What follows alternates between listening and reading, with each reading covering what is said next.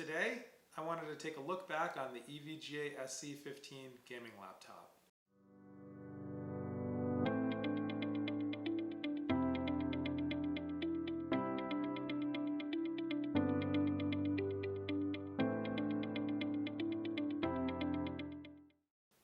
When you think EVGA, you don't typically think gaming laptops. Usually what comes to mind are GPUs, power supplies, and motherboards.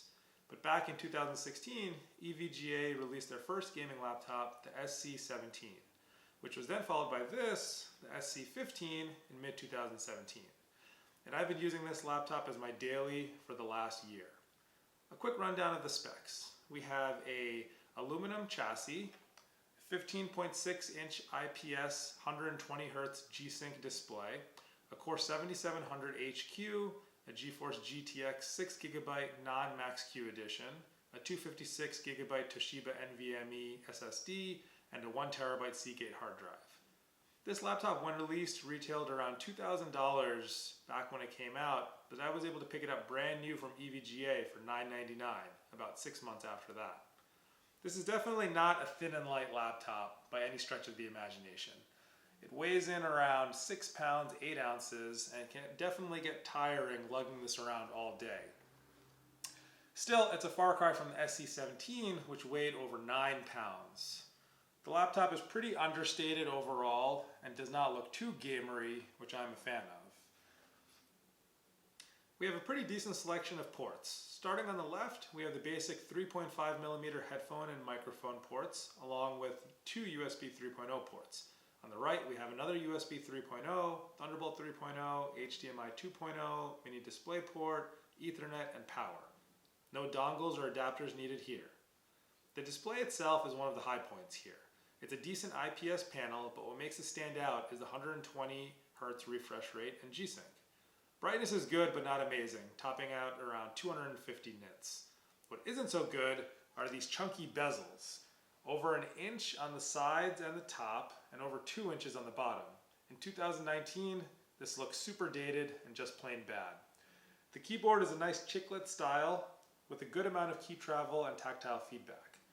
I found I was typing very quickly and comfortably on this keyboard within a matter of minutes. It's also RGB backlit with zone lighting available. There's little flex in the deck when you're pushing on the center and along the sides.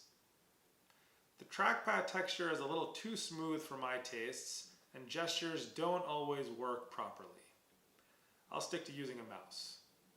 Why a MacBook Pro from 10 years ago has a better trackpad than this and all other current Windows laptops, I will never understand.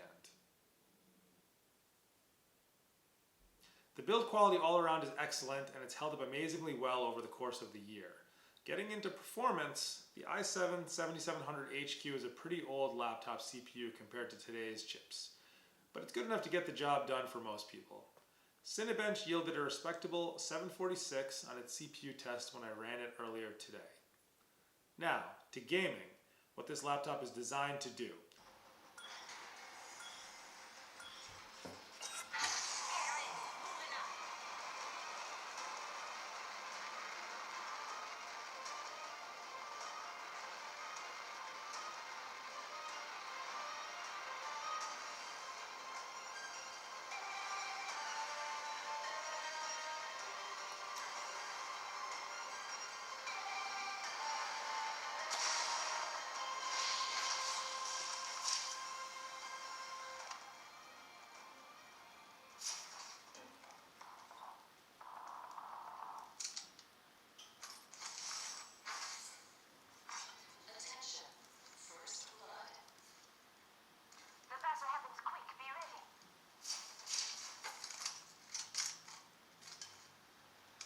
The 6GB GTX 1060 is still definitely powerful enough to run most games on high to very high settings at 1080p, and usually you'll get above 60 frames per second, especially if you're tweaking the shadows and anti-aliasing settings.